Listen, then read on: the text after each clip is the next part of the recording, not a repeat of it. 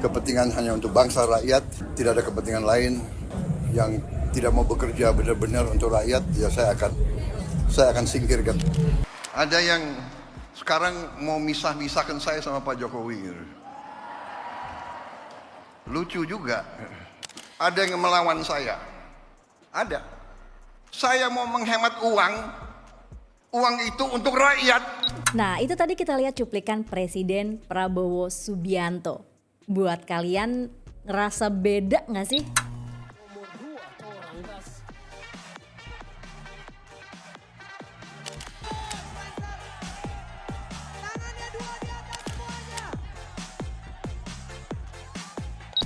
Yap, jelas beda. Kalau kalian lihat Pak Prabowo pas Pilpres kemarin. Soalnya nih, zaman Pilpres kemarin Pak Prabowo tuh emang sering banget kita lihat sebagai tokoh yang gemoy, suka joget, nyantai banget, dan gara-gara vibes-nya yang playful, banyak emak-emak bahkan bocil-bocil yang ngefans sama Pak Prabowo. Oke gas, tambah 2 torang gas.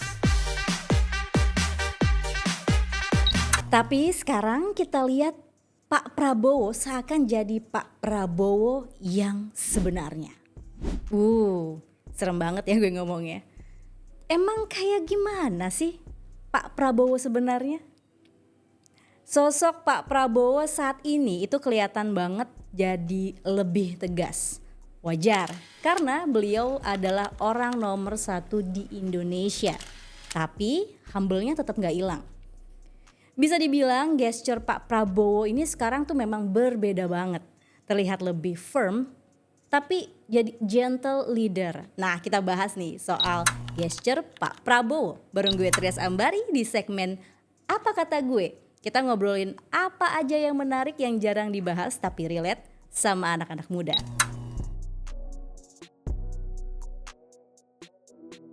Kalau kita lihat pemimpin-pemimpin dunia yang tegas-tegas, bisa gue sebut Vladimir Putin mungkin, tegas berwibawa. Dan dulu juga ada Barack Obama. Нет равных за единство российского народа. Ура! I am feeling hopeful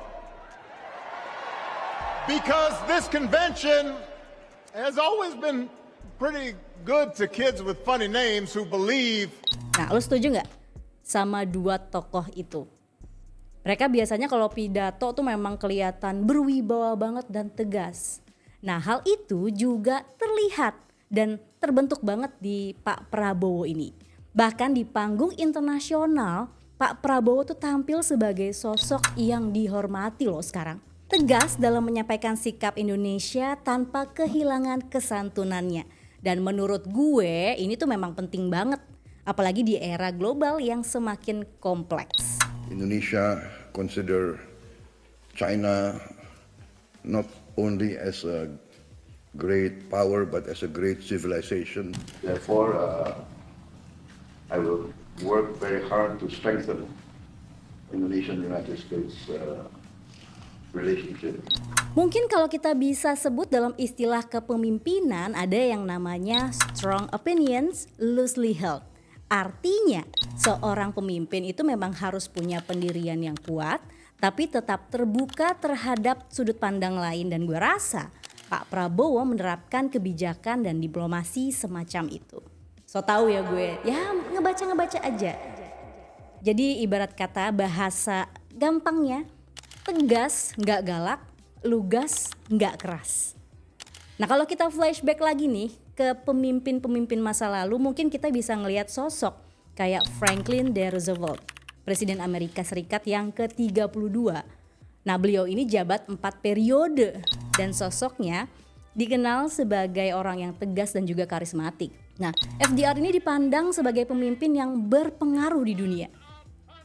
Fireside chats-nya ini tegas tapi juga relate banget sama rakyatnya. Dan sekarang pertanyaannya adalah, apakah sosok tegas seperti Pak Prabowo saat ini masih relevan buat anak-anak muda zaman sekarang? Pemimpin yang dimana bisa memenuhi janjinya, janji-janjinya itu baik itu janji politik ataupun janji apa segala macam itu. Bukan hanya omong, tapi melayani. Pemimpin yang mampu mengakomodir kepentingan generasi milenial. Dia yang mampu memberikan ruang untuk pembelajaran generasi milenial dalam pemerintahan. Buat anak muda, pemimpin yang tegas menurut gue itu penting. Nggak tahu ya kalian lihat sosok pemimpin tegas itu gimana, tapi menurut gue penting. Tapi bukan yang otoriter, bukan juga yang terlalu jaga image. Dan kalau dilihat sosok Pak Prabowo ini sekarang tuh jadi figur yang bisa diandalkan di momen kritis. Bahkan di tingkat internasional, gue ngelihat Pak Prabowo jadi sosok yang tegas dan sangat dihormati loh. Bahkan kebijakan-kebijakan yang diambil Presiden Prabowo saat ini itu juga fokusnya ke rakyat. Tegas tapi tetap mikirin rakyatnya. Kayak kebijakan makan bergizi gratis yang benar-benar berdampak banget buat anak-anak di pelosok daerah. Dan sekarang ada cek kesehatan gratis yang bisa dipakai pas kita lagi ulang tahun. Yang gue yakin banget banyak orang yang jarang cek kesehatan karena memang biayanya yang mahal. Nah, dengan kebijakan tadi tegas dan tetap utamain rakyatnya memang sebuah keharusan buat seorang pemimpin ya. Dan menurut gue cara Pak Prabowo mengorkestrasi pemerintahannya ini mungkin dalam ilmu politik dan komunikasi bisa kita sebut sebagai authentic leadership. Pemimpin yang otentik, mereka tuh menunjukkan jati dirinya asli gitu. Mereka gak dibuat-buat tapi tetap fleksibel dalam menghadapi situasinya. Dan gue rasa Pak Prabowo sudah masuk ke fase ini dan beliau berubah menyesuaikan dengan tantangan zamannya. Kalau kita ngomongin relevansi dengan anak muda, gue lihat nilai-nilai kepemimpinan yang disukai sama generasi muda itu salah satunya tegas tapi empati. Anak muda zaman sekarang lebih suka pemimpin yang jelas sikapnya tapi juga bisa mendengarkan. Yang kedua ada adaptif dan juga fleksibel. Gen zaman now tuh suka pemimpin yang bisa menyesuaikan diri tanpa kehilangan prinsipnya. Dan anti jaim dan relatable. Nah, salah satu faktor yang kenapa kemarin Pak Prabowo itu banyak banget disukai anak muda karena santai dan gak jaimnya.